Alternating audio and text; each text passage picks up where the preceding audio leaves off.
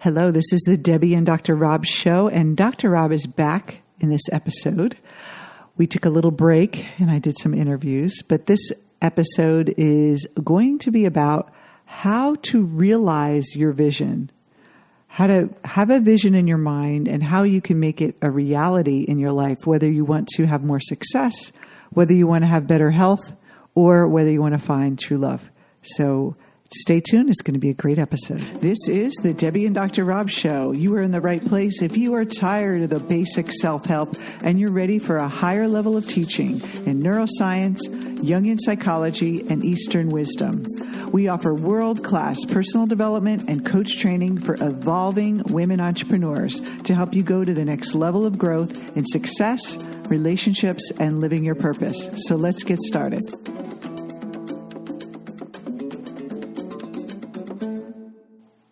Welcome back, Dr. Rob. Oh, thank you. It's nice to be back. Took a little break, 1 or 2 episodes.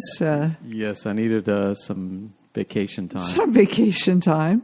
Well, we always find that when we interview people, it's better to do it one of us versus 2 of us on one. It's just a better conversation. So when we do interviews, it's usually just one of us doing the interviews. But today you have both of us.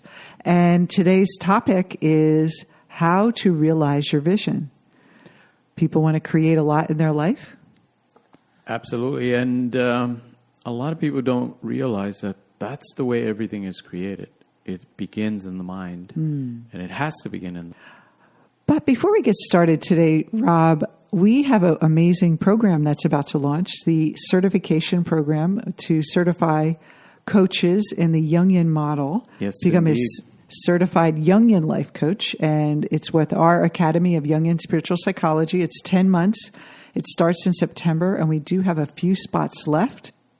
We have a terrific group of people, and they get to coach with you privately in this program. It's a very high-end program where you're going to get a customized coaching program system. You're not going to be learning a cookie cutter that every other coach in your group learns. You're going to get the basics and the foundation, but you work with Rob directly to develop your own coaching system based on Jungian psychology right in the program.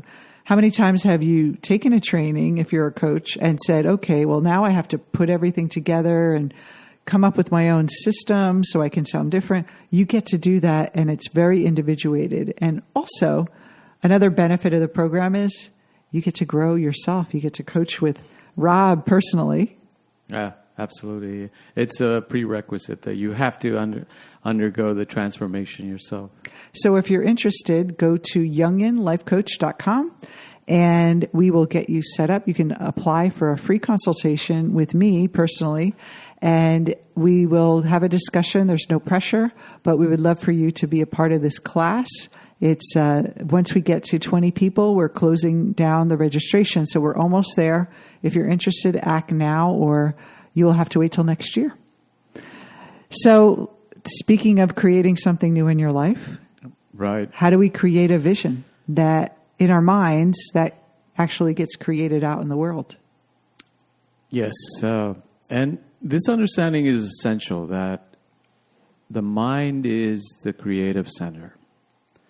In other words, the way we perceive the world is that it appears that things out there are impacting our state of mind and our happiness. So most people think, I will be happy and I will feel successful when certain conditions in the environment are met. Mm-hmm. When things out there line up my way, the right people show up, then I will be happy. Yeah. Now that is putting the cart before the horse. That's not the way the world works and the universe works. It's the other way around. The mind first creates the potential, let's say, for success, for happiness, for abundance, whatever you're after. And then through your actions, you realize it, you receive it in a sense.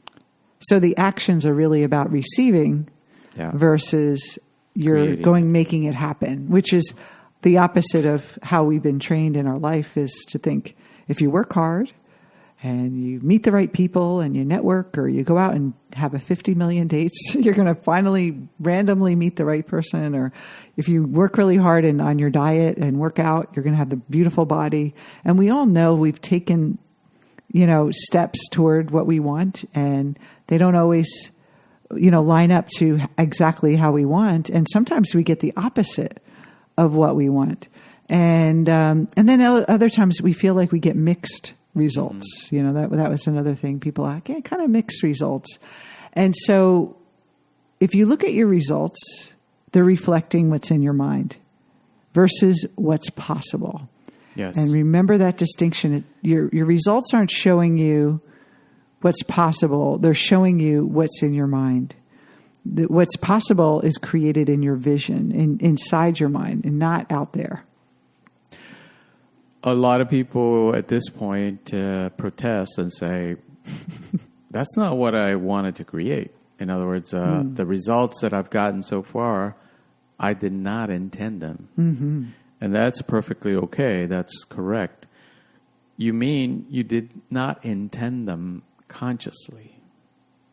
Mm-hmm. But we know there's a powerful unconscious operating in our psyche that is the one that's actually dictating to us what we create. Mm-hmm. So the key is to work with the unconscious mind, to work with our unconscious mind, to direct it in a sense. So how do we work with the unconscious mind to direct it if we can't, or not conscious of it? Exactly. We know that visualization is a powerful way to work with the unconscious mind because it uses the same symbolic language that the unconscious uses to communicate to us through dreams, for example, and through visions that arise spontaneously in the psyche. So what we want to do is we want to use visualization to direct the unconscious mind as well as the conscious mind. So it is a very powerful technique that if used properly and correctly can give you the results you want to create. Now it has certain principles, and we're going to talk about 3 primary principles that have to be there and have to be in place in order for you to be able to direct that unconscious psyche to create what you want to create. So it's not like just visualize and it comes true? It's not just a vision board, put up a pretty vision board with pictures of what you want and it's going to come true, because that's not the way the universe works. Mm-hmm. And there's also, in these 3 steps, we'll show you how to create outside of the ego and outside of your conditioning. So the first one is clarity. I can't tell you how many people say they kind of know what they want, or they have a general idea, like I want a relationship, but they don't really know what that is. Or they want a career, but they don't know what they want to do. Or they have a business, but they don't know what they want to do with it. And even if they know what they want to do with their business, they're not clear on how many clients do I want? How much money do I want to make? And it's just basically making it up as you go and not having a plan. So that clarity is so important. How do I really crystallize in my mind and hold my mind in a certain way to create what I want, and really it's really a commitment to a vision. Yes. And there are certain ways to work with this, because a lot of people tell us, well, I'm overwhelmed by the big vision. Mm-hmm. I can kind of see it, but it's it's too big or too out there for me to hold clearly in my mind. So what you want to do when that's the case is scale it back. Mm-hmm. Scale it back and keep scaling it back until you get to a point where you can clearly visualize what you want to create. That is moving you in that direction of the bigger vision. And that will create some clarity in your mind, some clear, concise goals and strategies for you to move towards. So if you think about having one day having a business of your own and working for yourself and being your own boss, or, launching a product and being a billionaire and being on Shark Tank or something like that. But maybe that vision is way too big for right now. Maybe it's just about starting that small little business that you wanted to start. Like you said, scale it down so you can start working with it. Now, a lot of people have trouble with the clarity as well because they don't know what to ask for. Mm-hmm. We've been conditioned to think that what's possible for us is maybe, what we did before, maybe a little better, or what our family did, or people that we know have created, the people in our network. We feel like, she, started her own little practice and she's making $30,000 a year, and maybe that's possible for me, but I couldn't, do something like that and make $100,000 a year or $200 because I don't see that out there for myself or around me. What we want to underscore is that anything is possible, and that our ego mind will tend to interfere with our vision making and say, Deb, maybe you shouldn't ask for so much, or you really think you can do that, or who do you think you are? We've all heard that voice, or that seems like a lot of work, to have that big of a vision. And you'll notice that your mind doing that. And so I want you to just remember when you're coming up with that clear vision is that anything is possible. And at this point, you don't have to figure out how, but you want to have it in your mind that it's possible. And then the other point is about this one topic of clarity is you have to know why you want this thing. There has to be a why. You have to kind of start thinking about, well, what is this serving? What's this purpose? And we're going to get into that later on as well. But the idea of like, what do I want and why do I want it? And committing to one vision, not 50. Yeah. It's like I've heard the term, if you're chasing 2 rabbits, you will get none. And so you really want to stay clear, and you start with one vision and work with that. And then the second step in this process is consistency. Yes, which, kind of that's a good segue into consistency, because if you cannot hold that one vision in your mind, and you keep changing your mind, 1 week it's you're going to be an astronaut, the next week you're going to be a movie star. You're going to have neither one of those things. Well, also, even on a smaller scale, like not just trying to be a movie star or an astronaut, but even like on a smaller scale, how much money I'm going to earn. You could change that every other day. Like, I'm going to make, my vision is to make $10,000 a month, or my vision is to make $5,000 a month. And then you go back and forth, or you charge differently. If you're in a service business, you may say, I'm going to raise my rates. And then a couple of people say no. And then you're inconsistent and say, okay, I'm going to lower them again, and then make them higher again, and then lower again. And it's like that clarity and consistency go in sync. Mm-hmm. They're like a lock and key. So if you're not clear and then you're not consistent, your results are going to be all over the place. Yeah. So clarity and consistency are the primary keys, along with intensity. Can I talk a little bit about consistency first before we go to intensity? Yeah, let's be consistent. Okay. Another thing with consistency is, just before we get into passion, and I think passion is going to help with this, is that you have to be consistent action. Not only consistent vision, but your actions have to match your vision. If you are sitting around going, I hope one day I can have my own business, but you're not doing anything about it, all the visioning in the world is not going to help. I mean, you may even get, like for me, I got laid off and I was forced to take action and start a business, but we have to be consistent in our action. And another way we are consistent in our action is in the face of adversity and in the face of resistance. We'll have a vision, we'll take a couple steps toward it, and then something will push back at us, and then we'll say, see, maybe my vision was too big. Maybe I'm charging too much money.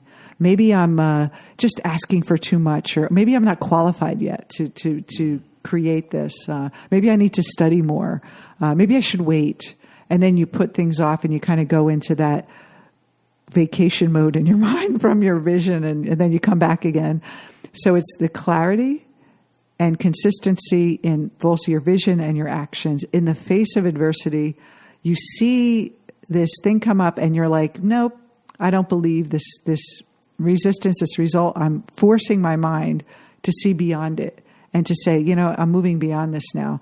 And it's really about looking at the result and not being pulled by it, and let that result dictate what's possible for you. It's such a hard thing, though, because that's how we've been trained.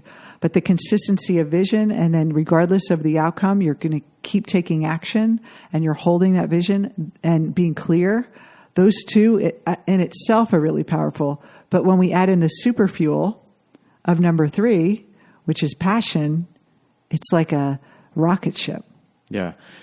Yeah, the vision has to have that intensity, that emotion. It's got to have a driving force behind it. Mm-hmm. And that driving force, the energy, where that comes from is your passion, your emotions.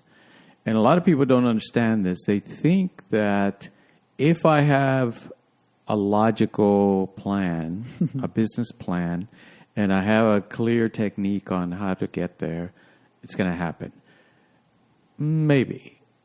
But to really supercharge your vision and make it real, realize it, you need that fuel of passion. And there's ways to generate that power, because we're all motivated. Well, we already have it. Yeah, we're all motivated by emotion. Mm-hmm. That's what drives the psyche. Otherwise, we wouldn't have the energy to get up in the morning and do what we have to do. Mm-hmm. It's about directing it towards that vision, towards what we cannot see yet. Mm-hmm. Because what happens is a lot of the energy is dissipated when we worry about the cares of the world, the bills and the little annoyances of everyday life. They eat up and eat away at the energy, and it's dissipated, it's wasted, it's scattered. To have a vision means to focus it. Mm-hmm. You're focusing in that direction. You're making your mind one-pointed. Everything goes in that direction, and that's very powerful when you're able to do that. So if you think about passion, like how can I generate passion?